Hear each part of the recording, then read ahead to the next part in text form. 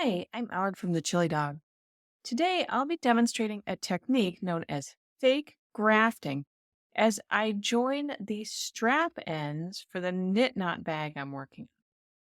This join would also work well for something like a shoulder seam. Fake grafting can be used when you're seaming two pieces of knit fabric together, either at the cast on edge or at the bound off edges. It's best if your pieces are primarily worked in stockinette stitch and you don't mind a slight ridge on the purl side of your work. I have already seamed the short strap of my bag, and if we look up close, you can see that the columns of stitches line up very neatly and the join blends in nice on the knit side of the stitches. On the purl side of the stitches, everything is neat, but there's a distinct ridge here and a disruption in the stitch pattern.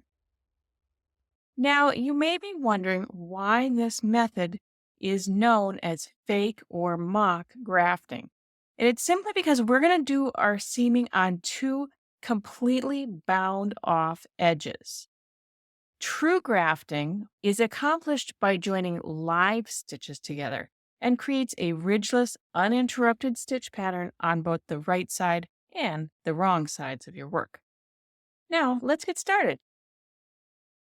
Before you start joining, it's helpful to understand how to read your stitches and recognize what landmarks you're looking for in your knitting. So imagine that these are two pieces of fabric worked in stockinette stitch. Both show the very recognizable V shape stitches that we are used to seeing on the knit side of the fabric. The V's are stacked in nice vertical columns. The colored stitches at the top row of each piece of fabric represent the bound off stitches that will be joined together. As we join, the two bound off edges are placed flush against each other. Notice how the tips of the V's of the bound off stitches point towards each other. Those V's that point towards the join are the landmarks we'll be looking for as we join the stitches together. When joining begins, the alignment of the fabric will naturally shift slightly, causing the columns of stitches to become aligned.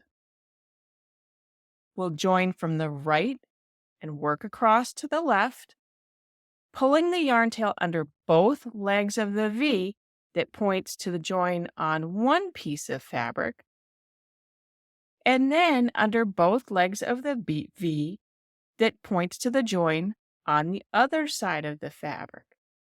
And we'll continue alternating back and forth across, going under both legs of the V that points towards the join.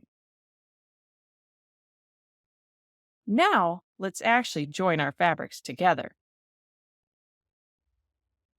I threaded my yarn tail onto a wool needle, and I've also laid the two strap ends together so I can start my join.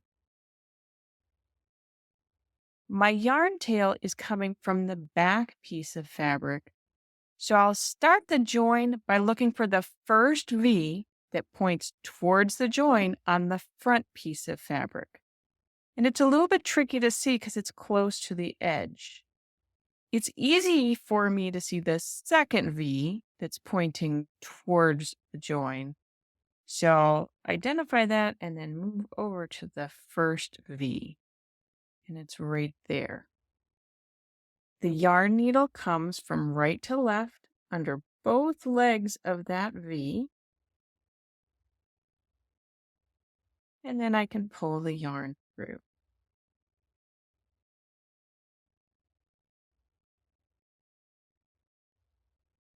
Now we need to look for the first V on the back piece of fabric.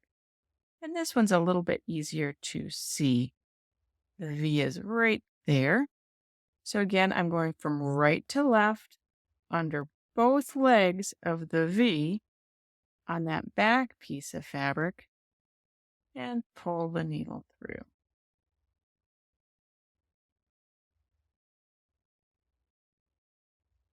Now back to the front piece of fabric. I already went through this V. It's time to move over to the next one. There's the V that's pointing towards the join. My needle goes under both legs of that V and pull the yarn through.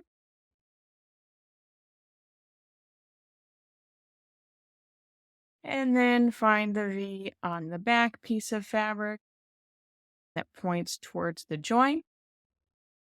The yarn needle goes under both legs of that V and pull the yarn.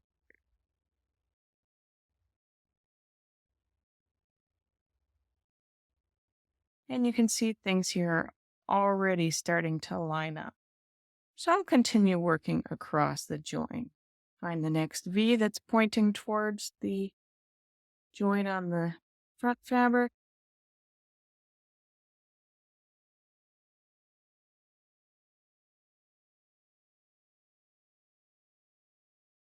Find the next V that's pointing towards the join on the back fabric.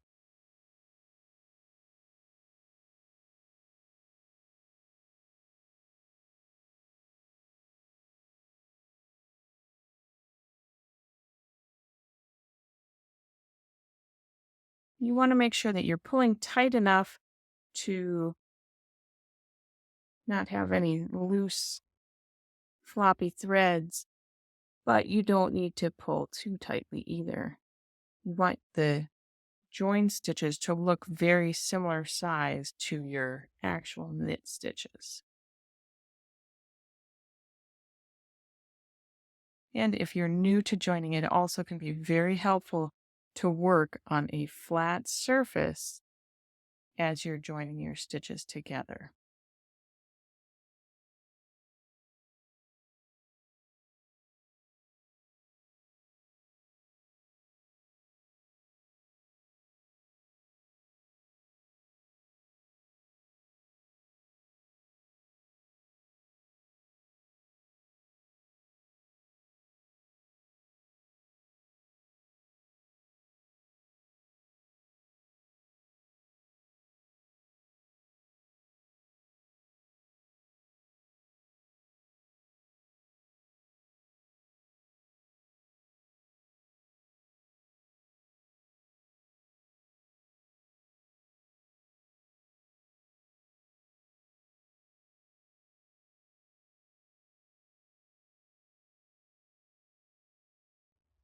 After both straps are joined together, it's time to weave in those yarn tails, but that's going to be a topic for another day.